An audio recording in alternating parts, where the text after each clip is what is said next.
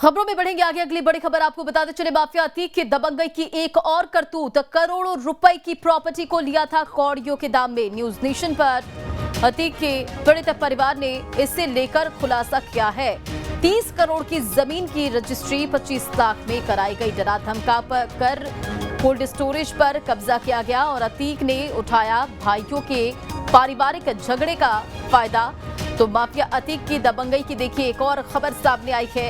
Mafia Atiq की दबंगई की एक और करतूत। करोड़ों रुपए की प्रॉपर्टी को कौड़ियों के दाम मिल गया और न्यूज स्ट्रीट पर अतीक से पीड़ित परिवार ने इसका खुलासा किया है। 30 करोड़ की जमीन की रजिस्ट्री 25 लाख में कराई गई और डरा धमका कर कोल्ड स्टोरेज पर कब्जा किया गया। अतीक ने उठाया भाइयों के पारिवारिक झगड़े का फायदा और शाइस्ता के नाम कराया प्रॉपर्टी की जबरन रजिस्ट्री।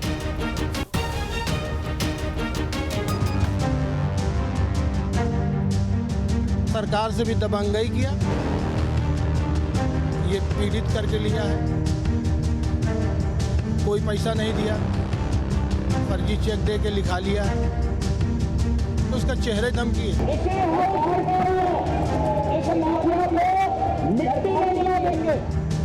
जिस दिन से अतीक मिट्टी में मिला उसी दिन से राजकुमार ओझा की उम्मीदें हरी हो गई हैं। अतीक के काले कारनामों के शिकार हजारों लोगों में राजकुमार भी शामिल हैं, जिनकी करोड़ों की प्रॉपर्टी अतीक ने कौड़ियों के दामों में जबरन हथियाई और फर्जी चेक थमा दिए। एक भाई एक तरफ हो गया, एक भाई से अतीक अहमद ने शाइस्ता परवीन के नाम रजिस्ट्री करा ली और चेक जो दिए वो कभी कैश नहीं हुए। 72 लाख के अनक्लियर्ड चेक अभी भी रखे हैं, सिर्फ एक 25 लाख रुपए का चेक क्लियर हुआ है। ये साल 2016 की बात है। राजकुमार ओझा और उनके 3 भाइयों के बीच इस कोल्ड स्टोरेज को लेकर विवाद चल रहा था। अतीक ऐसे ही मौके का फायदा उठाता था। विवाद या पार्टनर्स में झगड़े वाली जमीनों को वो कौड़ियों के दाम खरीद लेता था और दबंगई से उस पर कब्जा कर लेता था।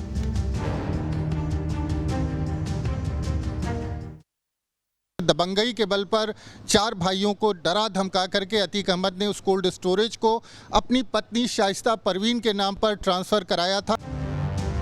अतीक ने किस तरह से इस कोल्ड स्टोरेज पर कब्जा किया था, उसकी पूरी कहानी आपको समझाते हैं।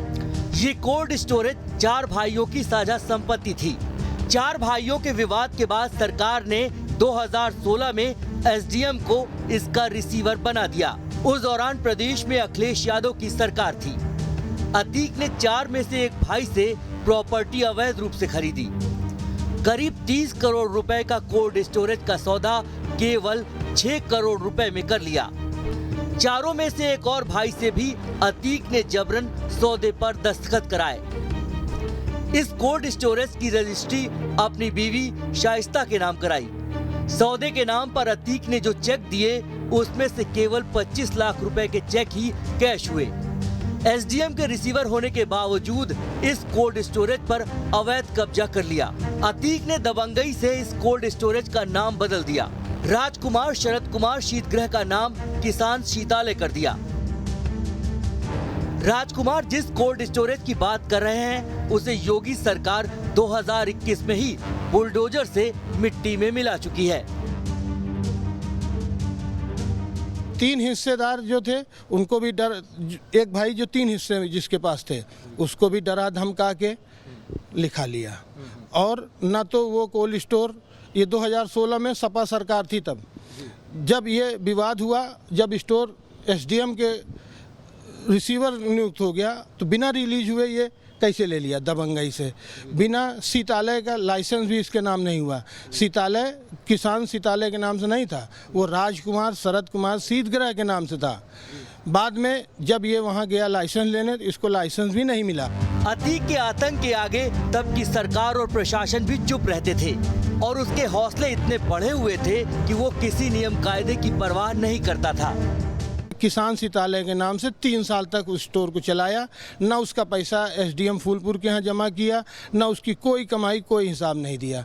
जबकि नियम से जो भी स्टोर जब तक चला है विवाद लड़ाई में सारा पैसा एसडीएम के यहाँ जमा हुआ है और उन्होंने ही सारे खर्चे किए हैं, लेकिन ये उनको भी कोई महत्व नहीं दिया या शासन से जो भी उसको जो भी रहा हो हम कुछ नहीं कह सकते। बहरहाल एसडीएम फूलपुर ने भी उसके खिलाफ कोई कार्रवाई नहीं की और डीएचओ ऑफिस ने भी कोई कार्रवाई नहीं की कि तुम बिना लाइसेंस कैसे चला रहे हो। अतीक के आतंक का ये साम्राज्य 3 दशक से ज्यादा चला। इन सालों में उसने जिसे चाहा उसे धमकाया, जहां मौका मिला वहीं जमीन हथियाई, बेबस और कमजोर लोगों को टॉर्चर किया। योगी सरकार ने अतीक से प्रताड़ित लोगों को उनकी जमीन वापस लौटाने की योजना बनाई है और इसके लिए एक आयोग बनाने जा रही है। राजकुमार को उम्मीद है कि उन्हें इस आयोग से जरूर न्याय मिलेगा। ऐसे तमाम लोग हैं प्रयागराज में जो अतीक के खौफ से इतने खौफजदा थे कि अपनी तमाम संपत्तियों को डर से और आतंक से अतीक के नाम पर ट्रांसफ़र कर देते थे, नहीं तो अतीक जो है उन पर कब्जा कर लेता था। चलिए खबरों में बढ़ेंगे आगे और लखनऊ से आपको एक बड़ी खबर बताते चले। राम मंदिर निर्माण से जुड़ी हुई ये